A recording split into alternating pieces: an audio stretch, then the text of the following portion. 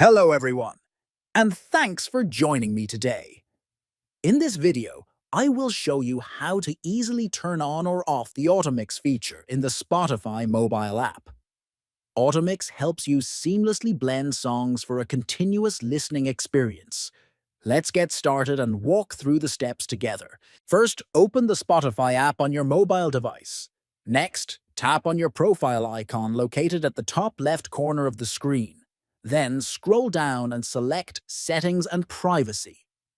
After that, find and tap on the playback option. Finally, locate the Automix feature. Here, you can toggle it on or off depending on your preference. That's all there is to it. Now you know how to control the Automix feature on Spotify mobile easily. Feel free to customize your listening experience any way you like. Thanks for watching, and don't forget to subscribe for more helpful tutorials.